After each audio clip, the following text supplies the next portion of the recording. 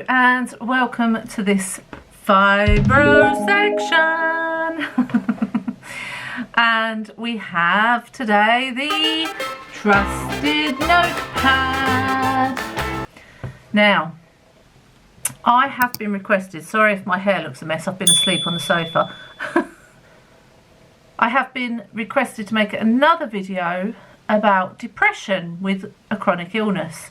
Now, I have made a video about depression and I have made one about anxiety, but I haven't concentrated because I watched the video back to make sure I didn't repeat myself, and I haven't really gone into depth about depression with a chronic illness. I've just gone generalised depression, which is fine, and it gave you lots of tips and advice, and if you haven't watched it I will add it in the description for you so you can go and watch that one as well. But this time I thought I would research more depression with a chronic illness and the implications and how we can help. So I hope this is helpful for you. It's all the research that I've just done, and let's get on with it.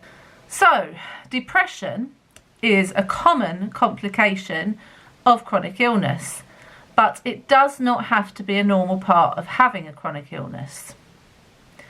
Effective treatment for depression is available and can help even if you have another medical illness or a condition. If you or a loved one think you have depression, it is important to tell your GP and explore treatment options. And that doesn't necessarily mean antidepressant medication. It can mean alternative therapies such as talking, like the cognitive behavioural therapy, CBT. And if you are interested in different types of counselling, I have had many in my lifetime, and I talk about that in another video, and I will link that in the description for you to check out as well. It is important though to discuss your current medications to avoid them interfering with each other if you do go on antidepressants. It also helps your GP stay informed about your overall health and treatment issues. And they tend to do that, don't they? Like when you go to, I don't know about you, but when I go to my GP, she always looks at my medication and discusses it while we're having the consultation. So it's really important that they stay up to date with what current medication you're on. Treating depression with medication, psychotherapy, also known as talk therapy, or a combination of the two, may help improve your physical symptoms of chronic illness. So we know that emotions affect our pain and fatigue, both of them. So helping lift the depression will in turn help those symptoms. In the last few years, I have had so much stress and so much pressure that I have tried desperately to stop it affecting my fibro. Now, I'm not Wonder Woman, and I cannot expect it to not affect my fibro at all, but I try to do all the things, put all the things into practice that I teach you. So I even rewatch some of my videos to remind myself of what I need to do.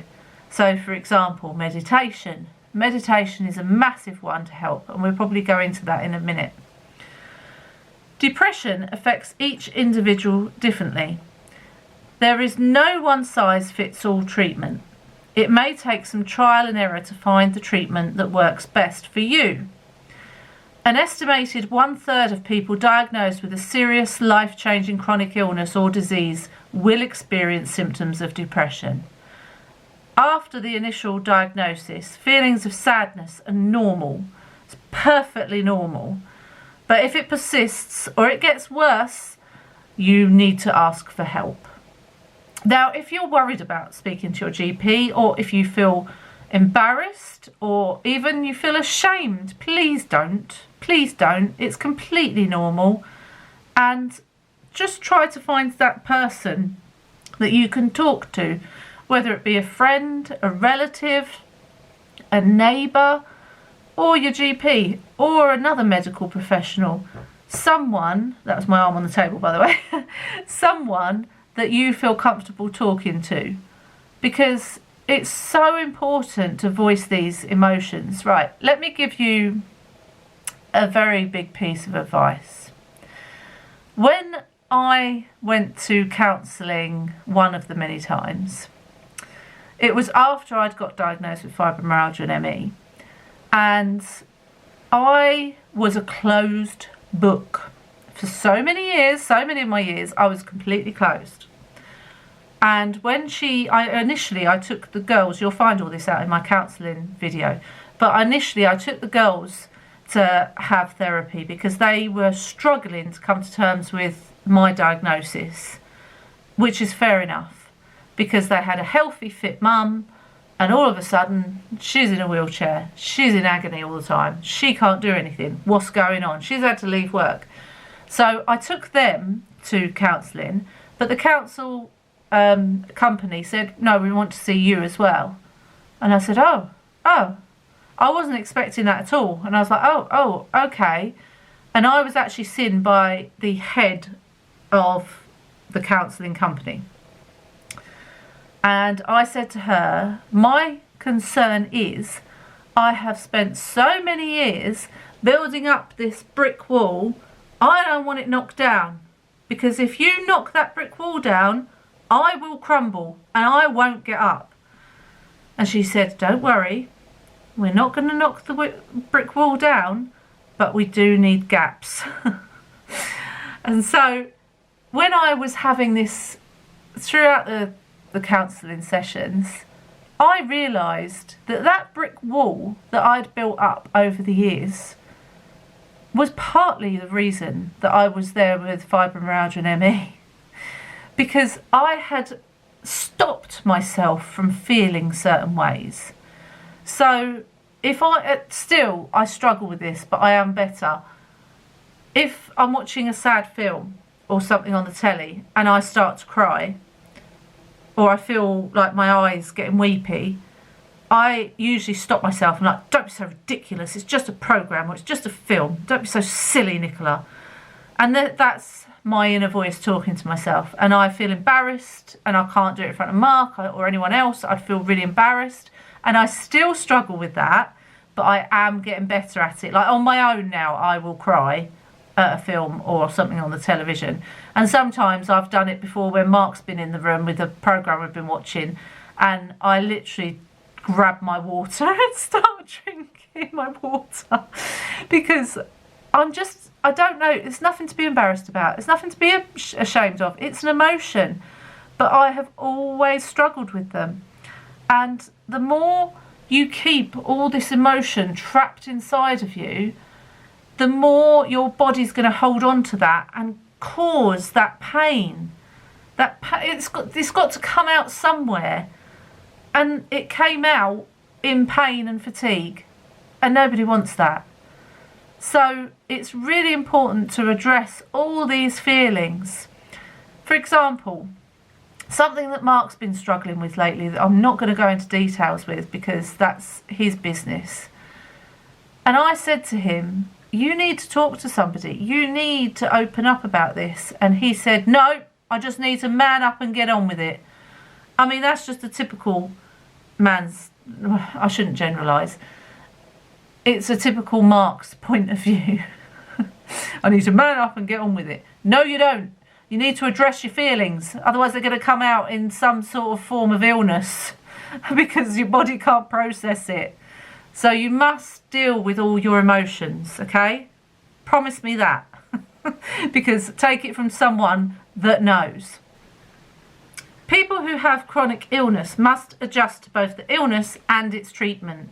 The illness may affect a person's mobility and independence, changing the way that they live, see themselves and relate to others. And these changes are stressful and cause sadness, which is perfectly normal. Who wouldn't be sad and stressed at the fact that their life has changed? Even if you're processing that, say 10 years after you've been diagnosed and you just come to realise, I haven't processed this, my life has completely changed. You still need to process it, okay? You still need to go through those emotions and feelings. Don't trap them up. Don't bottle them up, because that's not good for the body. In some cases, having a chronic illness can trigger what's known as clinically significant depression. The doctor and patient must decide whether symptoms of depression are just a normal reaction to the stress of having a chronic illness or are so intense that they require additional treatment. So, what are the symptoms of depression? Depressed mood and or loss of interest or pleasure in daily activities. And that's what I gauge my moods on quite a lot. So if you know how much I love to get out and about. I love nothing more than to be out and about with Mark, with my mum, with my friends. I love it. It's when I wake up and think, oh, I've got to go out. That sends alarm bells to me, because I'm like, hang on. I love going out. Why am I feeling not happy about this? So as soon as I feel like that, I have to tap into my emotions and tap into why I am feeling that way and keep an eye on it. Weight loss or weight gain? If only weight loss. Weight gain for me, I'm afraid. Sleep disturbances, classic. After I've had a lot of stress yesterday afternoon and spent the whole afternoon sobbing and evening. I then woke up, I think it was 4 o'clock in the morning, couldn't go back to sleep, so thinking about it all in my head. Sleep disturbances, poor concentration, you can't concentrate on what you're doing, lack of feeling or emotion, feelings of worthlessness or guilt, and fatigue or loss of energy, which most of these symptoms coincide with the symptoms of a chronic illness. But I would say the main ones to look for are not wanting to go out and do anything, lack of interest, not getting enjoyment from things that you usually enjoy. That always sends alarm bells to me. People can overlook the symptoms of depression, assuming that feeling depressed is normal for someone struggling with a serious chronic illness, which it is. Feeling depressed, I haven't come across anyone with a chronic illness in my time who hasn't felt depressed at some point, because your life changes so much and you have to adjust to it, and that's hard. However, when depression becomes a separate problem, it should be treated on its own. Many antidepressant medications are available to treat depression. They affect brain chemicals that are believed to be involved in depression. Depression, disability and chronic illness, they form a vicious cycle. Chronic illness can bring on bouts of depression, which in turn can lead to a run-down physical condition that interferes with successful treatment of the chronic condition. So how can we help depression with a chronic illness? Right, buckle in. Here we go. Leverage the power of lists. When we experience adversity, our brains are hardwired to dwell on what went wrong and then overgeneralize. So one loss bleeds into the other aspects of our lives. Make a list of the things your illness actually does prevent you from doing, and then make a list of workarounds for each limitation. So for each thing that your illness prevents you from doing, right, I'll give you an example. My illness prevents me from attending my amateur dramatics club anymore. Okay, so that's my limitation. What can I do instead? So instead, I joined a choir, and I have an agreement with the choir master where I can, or mistress, where I can attend a certain few and just pay for the ones that I go to. And that works brilliantly. I usually manage 2 a term of choir, so I just pay for the 2. So I'm still performing, but it's to something that I can manage to do, because if I was to do amateur dramatics, it would mean rehearsals 3 times a week, no excuses. I could never do that. If it's too painful to chop vegetables, buy pre-cut vegetables, or get an electric food chopper like I have got. And if you used to practice yoga or exercise a lot, try chair yoga instead, or that say yes to next YouTube channel that is absolutely brilliant. Just try doing something different, but don't give up on it. So I can't do that, so I'm doing nothing, because that's the worst thing you can do. You still need to do the things that you enjoy doing, but just adapt them. Try to come up with a list of what you can do now. You need to retake control of your situation so you feel more optimistic and less powerless. Give yourself permission to let go and accept your limitations, which is a very hard thing to do. I have made a Fibro section actually on letting go, and I will link that in the description for you. I'm linking loads, aren't I? I'll link that in the description for you as well. Start your day with a realistic checklist ranked by priority. I include things on mine like feeding the animals. That's still something to do. And then I can see what I've achieved in my day. Even if you wanted to include having a wash or having a shower, washing your hair, you know, having your lunch, making your lunch. Just write down on a piece of paper every day everything that you've achieved that day. And then when you can look back at it, I think, oh, look what I've done today. I've done loads. And you sit there and you think, well, I haven't done anything today. You have. And you need to give yourself credit for it. Seek out a support group specific to your condition. And you've already achieved that because you watch my channel. So we are, I believe, the people that watch my channel, all of you, we are our own little support group. And when you comment on my videos, that's when we all support each other. I support you. I always say you can DM me on Facebook and Instagram, Lord and Lordettes. Anytime. I always try to reply to all of you. So carry on doing that. But also on Facebook specifically, there are a lot of organisations of support groups, and you'll probably find a local one. I've just had a local one open up near me that someone tagged me in, but I don't feel like I need to attend that. I feel like I've kind of supported myself through all this. So and you've all supported me too, so thank you. But yes, join a support group. Be careful.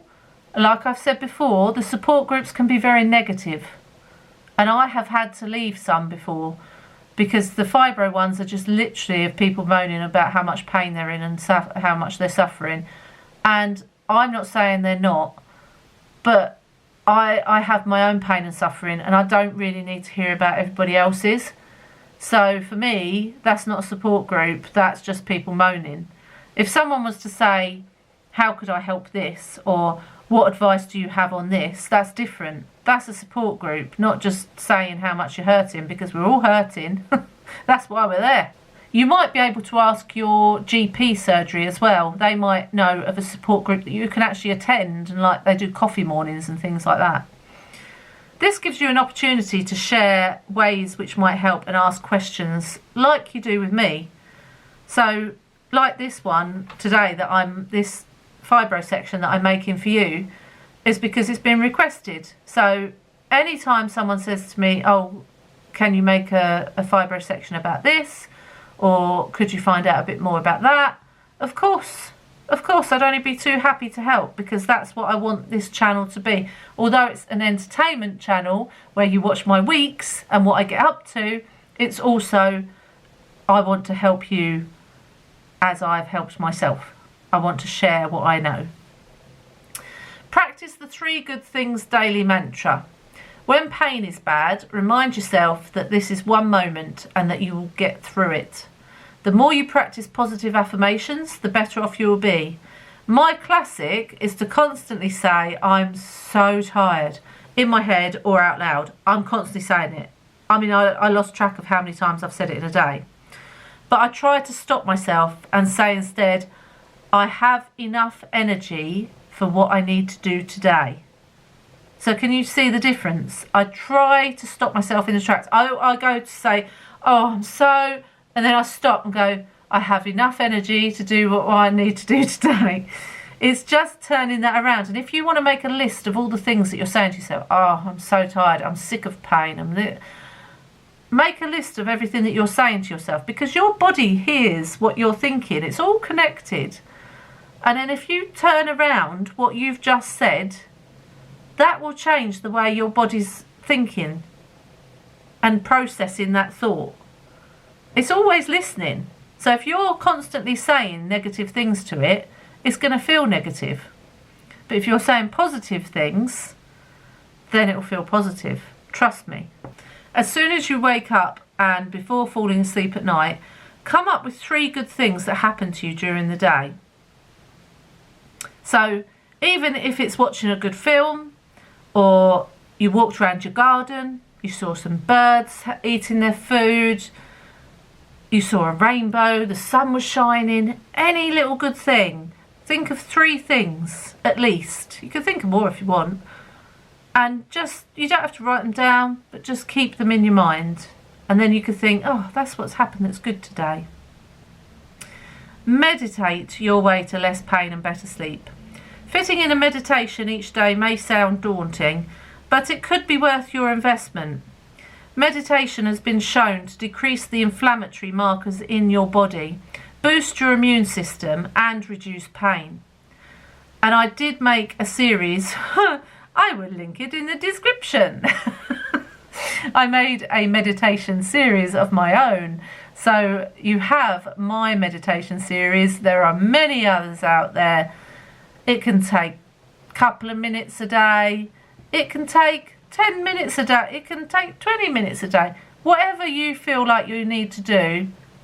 Maybe setting a little alarm on your phone or something. Say every day at, I don't know, 2 o'clock or whatever, you're going to do 10-minute meditation. It will help and you will benefit from it.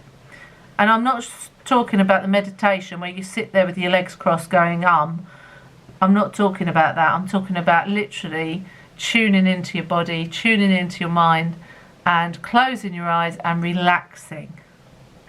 That's the meditation I'm talking about. Because once the pain eases, you tend to sleep better. So we need to reduce that pain. Reconcile the life you want with the life you have. One of the hardest things to contend with when you have a chronic illness is what you want your world to be like and the way it actually is. Find a new way of life that's reasonable for you to achieve. Reconnect with your values. What do you value in life? Make a list of all your values, as these don't change and they're still important to you. Your values are still the same. I did touch on this in the other depression video. So values are something that's very important because they don't change. You've still got the same values. Your value could be you love a tidy house. That's still going to be a value whether you've got a chronic illness or not. And they're important because that's who makes you who you are. So I will link in the description the NHS website and Mind that you can go on. But there are many websites out there that will help you with depression. And just, you could always ask your GP as well. Ask your GP for what is the best site. They'll probably say the NHS one, to be honest, but they might recommend others. But I hope this has been helpful to you. And give it a thumbs up. Subscribe for future videos. You can write me a comment if you want to. You can give some advice if you want to. Nice comments only, please, because any negative comments are removed instantly. And I have been banning people. Like, I have been blocking them because recently I have had not a few negative comments, and we don't need that. I don't need negativity in my life. All I'm doing is trying to help everybody that has a chronic illness. So nice comments only, and I will see you all on Saturday, bright and breezy, 7 AM for the weekly. Take care of yourselves. I'm always here. Bye.